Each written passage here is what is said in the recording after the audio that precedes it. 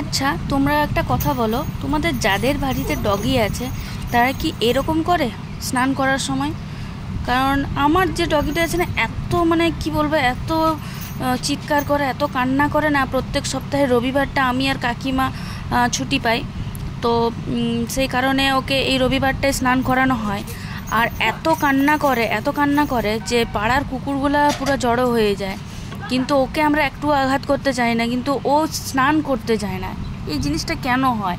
প্রত্যেকটা রবিবার ওকে স্নান করানো হয়, তবুও এখনও পর্যন্ত এত বড় হয়ে গেল, 2.5 বছরের হয়ে গেল, তবু সে একই।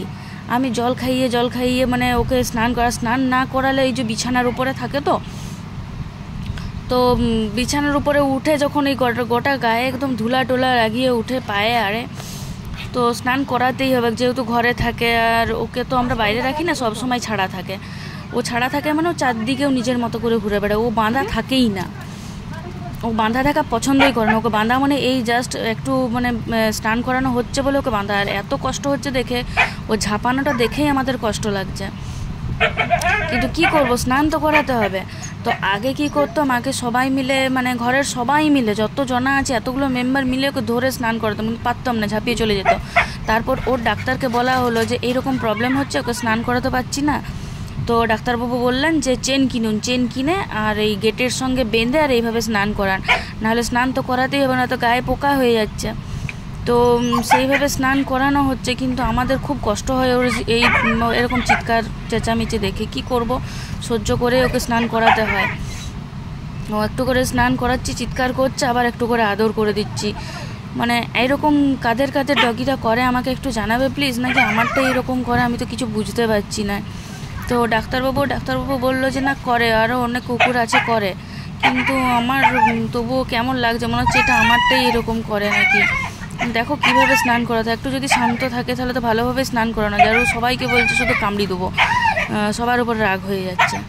কিন্তু এই জিনিসটা কেন হচ্ছে আমি তো কিচ্ছু খুঁজে পাচ্ছি না। প্রত্যেক সপ্তাহে, এত বছর হয়ে গেল, 2.5 বছর হয়ে গেল, প্রত্যেকটা সপ্তাহে রবিবার ওকে স্নান করানো হয়, তবুও এখনও পর্যন্ত সেই অভ্যাসটাও করতে পারলো না। কোনো মতেই সব করবে, জলের মধ্যে বসে থাকবে, বাথরুমে ঢুকে থাকবে, তবু স্নানও করবেন না। আমি দেখো আদর করে দিচ্ছি মাঝে মাঝে, মানে ওর চিৎকারে নিতে পারছিলাম না আমি, মাঝে মাঝে যে আদর করে দিচ্ছিলাম। তো খারাপ লাগে জিনিসটা দেখে, যে কেন করে এই জিনিসটা।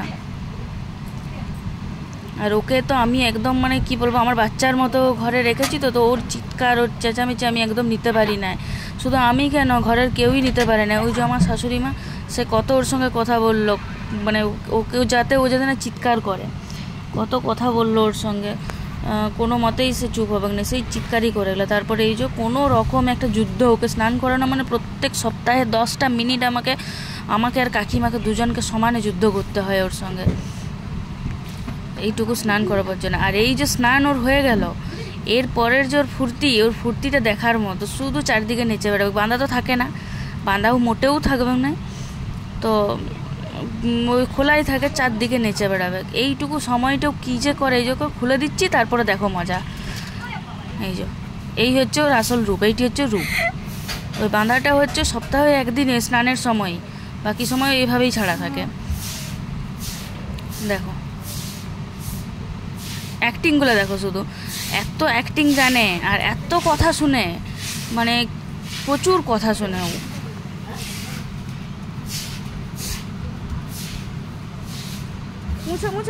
চটটি দিতে হয়েছে গা মুছার জন্যে। এমনিতে আমি মুছিয়ে দিলাম, কিন্তু সেটা ওর পোষায় না, মানে ওর জন্য আলাদা আবার একটি করে চট দিতে হয়। ওইটি শুকনো আলাদা তুলা থাকে ওর চট, ওই চটটি আলাদা ওর জন্য একদম তুলা থাকে, যেদিনে স্নান করে সেদিনে পেতে দেওয়া হয়।